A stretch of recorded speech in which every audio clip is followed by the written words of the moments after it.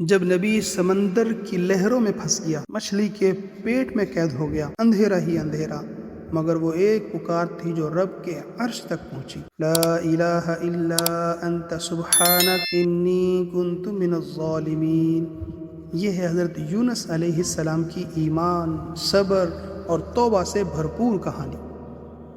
حضرت یونس علیہ السلام اللہ تعالیٰ کے برگزیدہ نبی تھے۔ انہیں نینوا موجودہ عراق کے علاقے کی قوم کی طرف بھیجا گیا تھا۔ یہ قوم شرک میں مبتلا تھی، حق کی دعوت کو ٹھکرا رہی تھی۔ یونس علیہ السلام نے برسوں ان کو اللہ کی طرف بلایا، مگر وہ ایمان نہ لائے۔ مایوس ہو کر یونس علیہ السلام بستی کو چھوڑ کر چلے گئے، حالانکہ اللہ کا حکم نہیں آیا تھا۔ یہ نبی کے شایان شان نہ تھا۔ یونس علیہ السلام ایک کشتی میں سوار ہوئے، لیکن کشتی سمندر میں بھنور کا شکار ہو گئی۔ بوجھ کم کرنے کے لیے قرہ اندازی کی گئی اور حضرت یونس علیہ السلام کا نام نکلا۔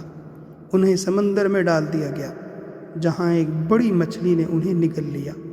اللہ کے حکم سے بغیر نقصان پہنچائے یونس علیہ السلام مچھلی کے پیٹ میں رہے۔ اب وہ نبی جو ایک بستی سے مایوس ہو کر نکلا تھا، 3 اندھیروں میں گر چکا تھا۔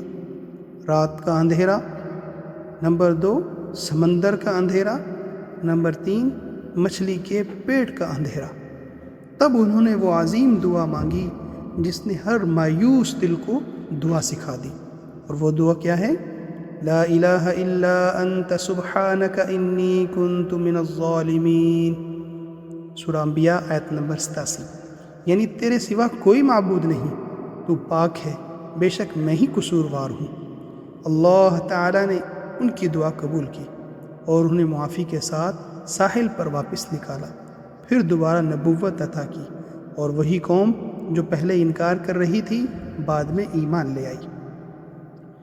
حضرت یونس علیہ السلام کی کہانی ہمیں سکھاتی ہے کہ مایوسی کی کوئی جگہ نہیں۔ رب کی رحمت ہر اندھیرے کو روشنی میں بدل سکتی ہے، بس ایک سچی توبہ چاہیے اور ایک عاجز پکار چاہیے، اور دل کا جھکاؤ رب کی طرف ہونا چاہیے، ندامت ہونی چاہیے۔ جب یہ سب کچھ ہوگا، اللہ رب العزت کی رحمت ہمیں گھیرنے کے لیے بالکل تیار بیٹھی ہے۔